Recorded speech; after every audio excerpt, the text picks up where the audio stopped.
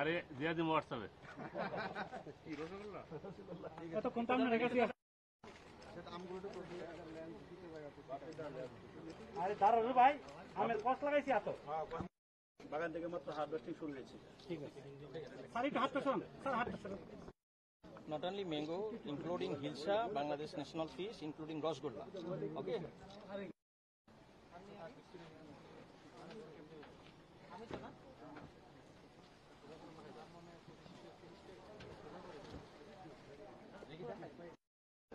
Today we received 400 kilo Haribanga mangoes, 50 kg hilsa fish and 50 kg rasgulla for the Honorable CM of the state from our Honorable Prime Minister Janati Sheikh Hasina.